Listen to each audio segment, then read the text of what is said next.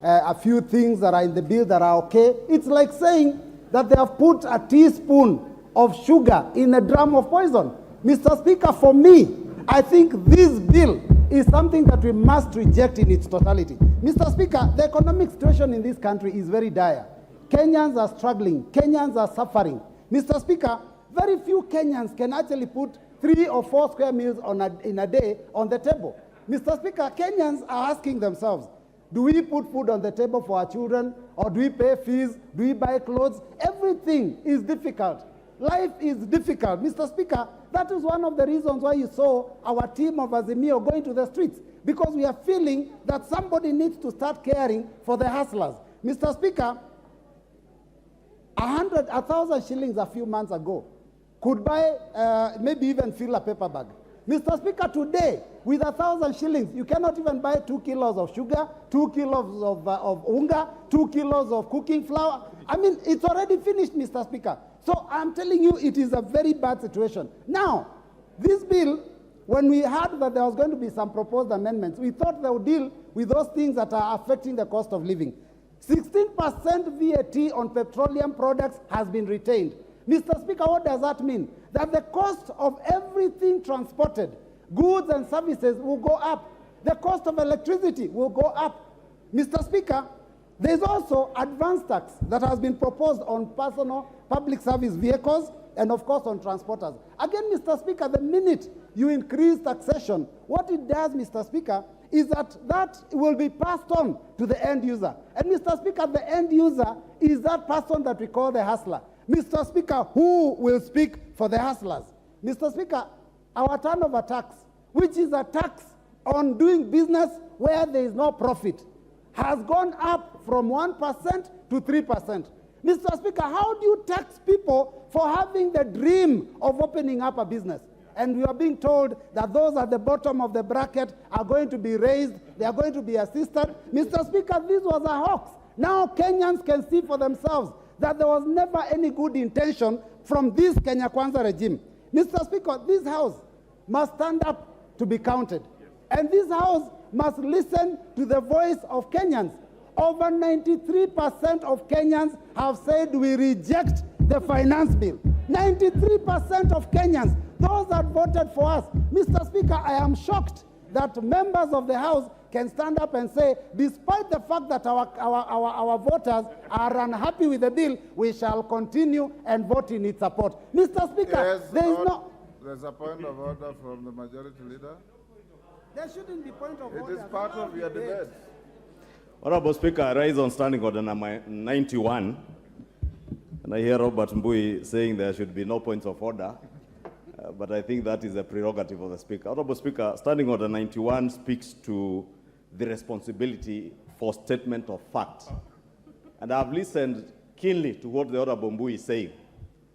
And Honorable Speaker, you did invite us to debate the finance bill.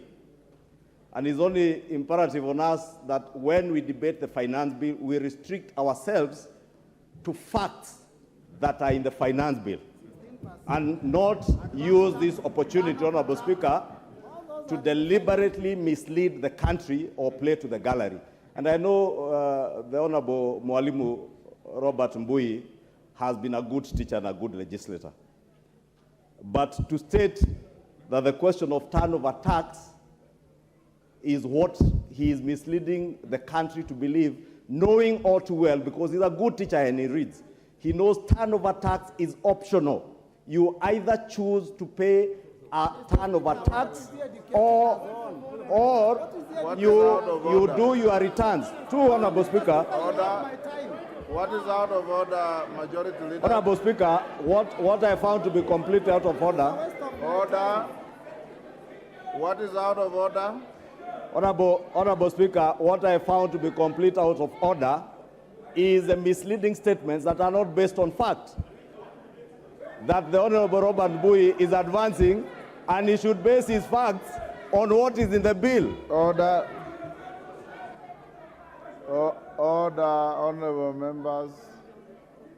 Robert Mbui, proceed. Thank you, Mr. Speaker. And please, Mr. Speaker, These frivolous points of order are just meant to waste time so that people cannot hear what we have to say. Mr. Speaker, I talked about things that are in the finance bill. Even the 3% turnover tax is in the finance bill, Mr. Speaker. And I said this, when will this House stand up to be counted? We are being controlled like puppets by the executive, Mr. Speaker. The executive stands and says they are going to watch how we vote. I don't know what will happen to us. Mr. Speaker, members of this House must ensure that the independence and the power of this House is respected so that we don't be taken for a ride. Mr. Speaker, the division of Kenyans by this executive has gone on for a very long time. They started with the issue of hustlers versus dynasties. They talked about companies which I've had alluded to here, and shareholders and non-shareholders.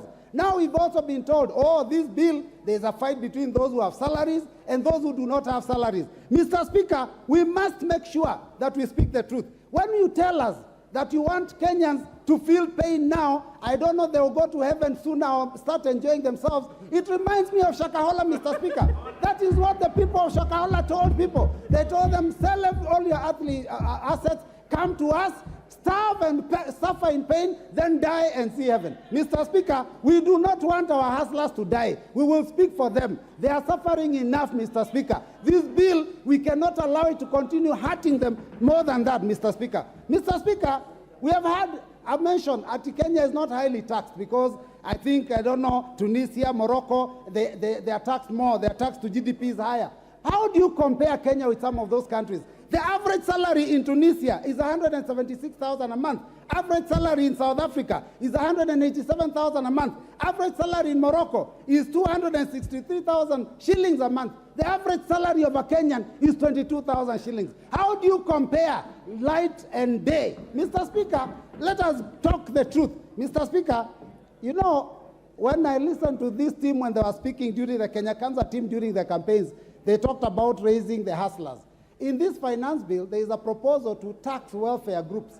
Welfare groups are those chamas of our women when they put money together, Mr. Speaker, so that they can do table banking. 1,000 shillings each, they put it together, then it is taken by one. Now this team wants to tax that money, take money that these women have worked hard for, the hustler women of this country, the mamamboga, the boda. Can you people be fair to Kenyans? Members, let us stand up and oppose this bill, all of us.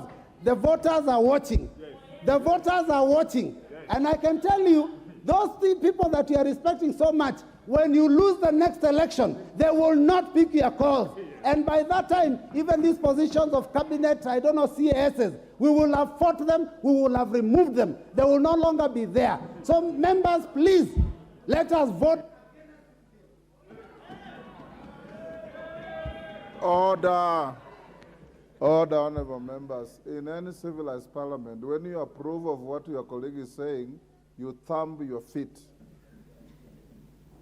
You thumb your feet. The way the minority leader is demonstrating. For those honorable colleagues who are here for the first time, this is not a rally. This is a parliament. So thumb your feet in approval and keep your silence in your disapproval. Mohamed Ali Jijopevu.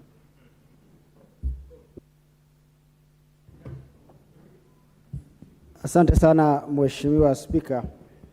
Mimi nasimama kuunga mkono